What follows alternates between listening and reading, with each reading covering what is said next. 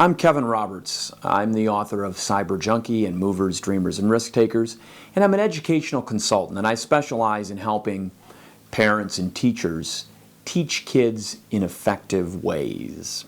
Today we're going to be talking about the advantages and disadvantages of maps and globes. Maps and globes are indispensable teaching tools. They convey fascinating stories about the people that made them, where they lived, what was important to them, what they did and didn't know.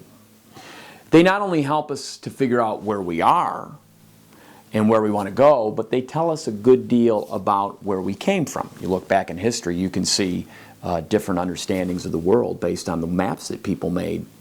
They help us think in terms of symbols and representations, furthering development of crucial brain functions. In spite of the universal advantages, however, maps and globes each have their own strengths and weaknesses.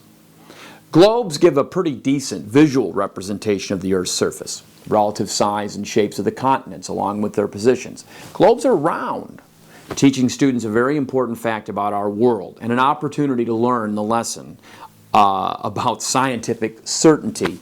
Let's not forget that the best minds throughout most of history were sure that the Earth was flat.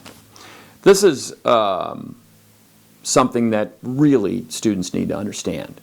Globes do not lead to distortion of the size and shape of the continents like some maps do.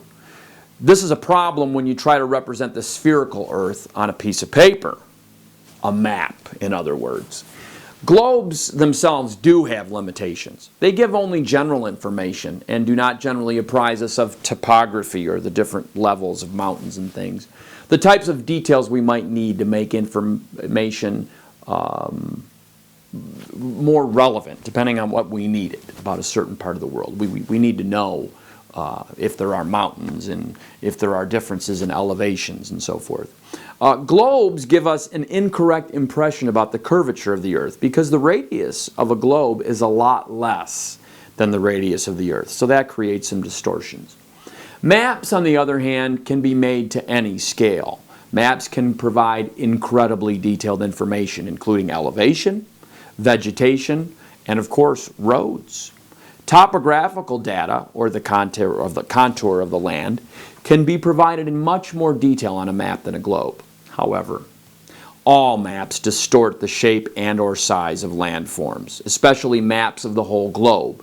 They either distort the shape of the land or the relative size and position of the continents. Simply, with a map, we're trying to represent a three-dimensional world in a two-dimensional space. So depending on the type of projection, the distances between areas can be greatly distorted.